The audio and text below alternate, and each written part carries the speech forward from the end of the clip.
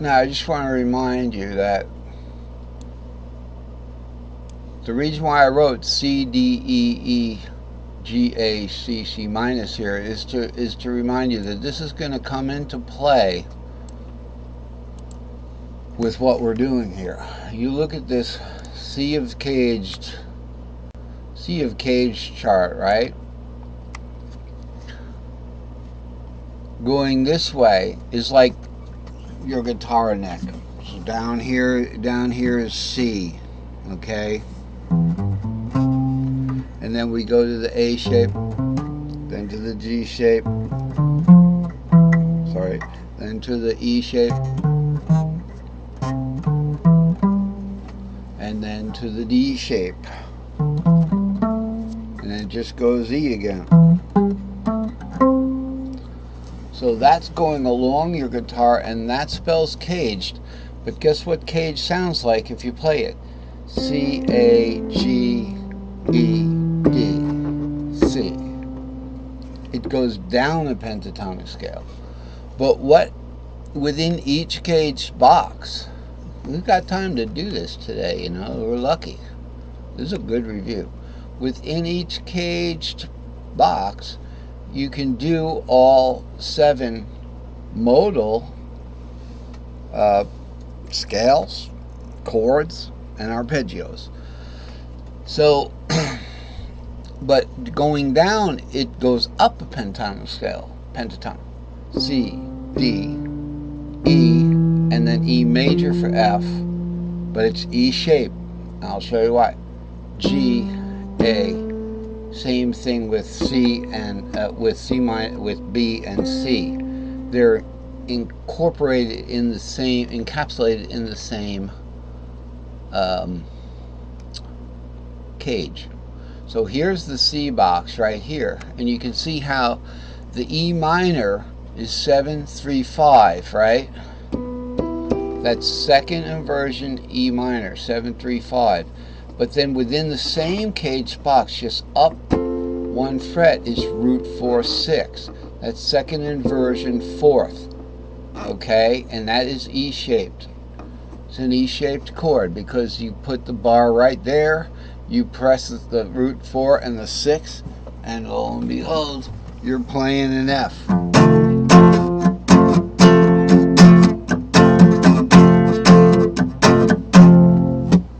Kind of thing.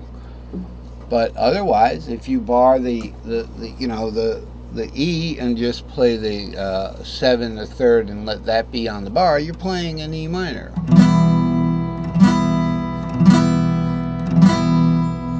So that's why I call it little E, big E, but it's still and the same relationship exists with the not exactly the same relationship, but with the E box up here. Remember, we're going along the guitar neck from the C box up to this box here. Alright, so we can do the same thing with the root. It's an E-shaped root, but this is the whole box. E, an A-shaped 4th, which is root 4-6, second inversion. And then a C-shaped 5, okay, which is 5-7-2-5. 5-7-2-5. That's root shaped. Did I say this was second inversion? Yes. Root 4-6. It's over here. Or down here. That's your F in the key of C. This is your G in the key of in the key of C. It's your G. But the root is the E shape. Alright, and it's going to be your standard E bar there on the root. E's the only cage shape that has the bar on the root. So it's actually root pentatonic scale. It's a root position. Root 2, 3, 5, 6, root 2, 3, 5, 6, root 2. That should have been easier than it was. You know it's pentatonic, right? Okay, so that, but it has a relationship that if you expand that down you're getting that G in the C shape, the shape that you play normally a C over on the bottom weight, over here, this C, the longer C.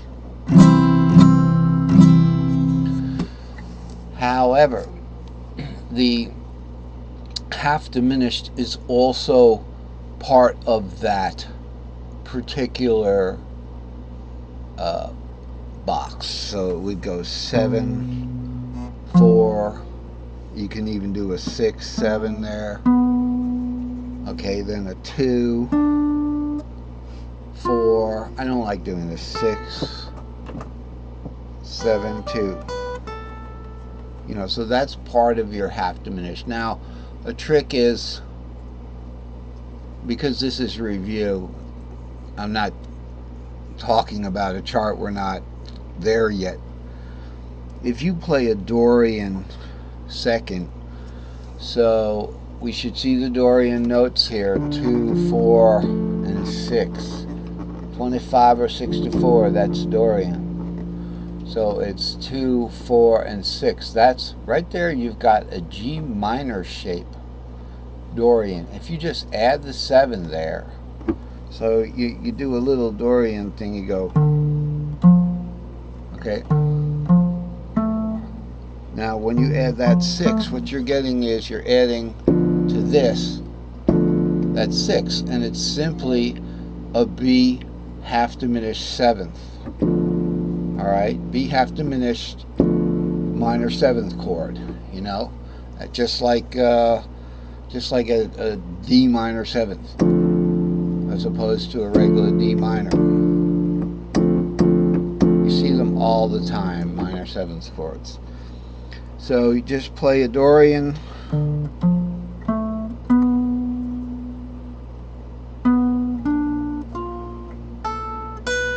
and you add the 7th to the Dorian, and you get the half diminished.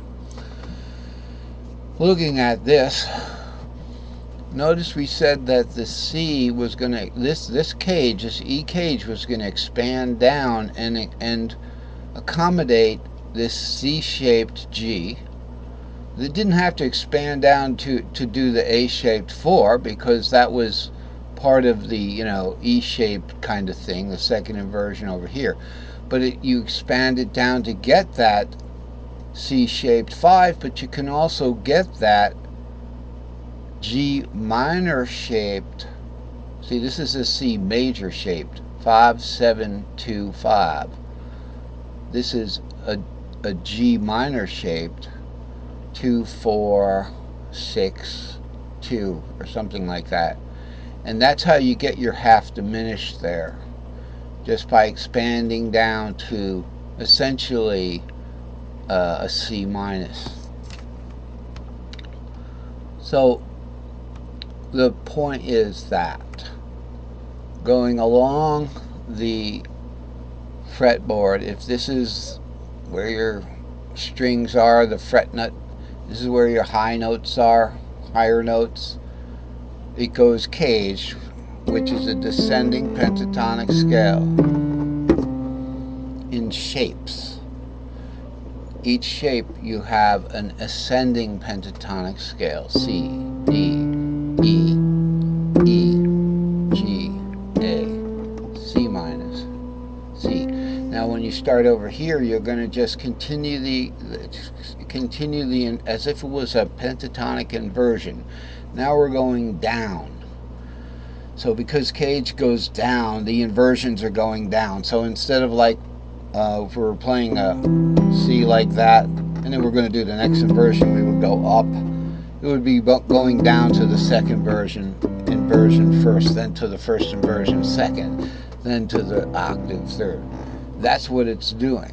So we start on this, and then from the A we go, and then from the G we go G, A, C, C, G, E. Alright? It just continues just like that. To D is the 6th. So going down, and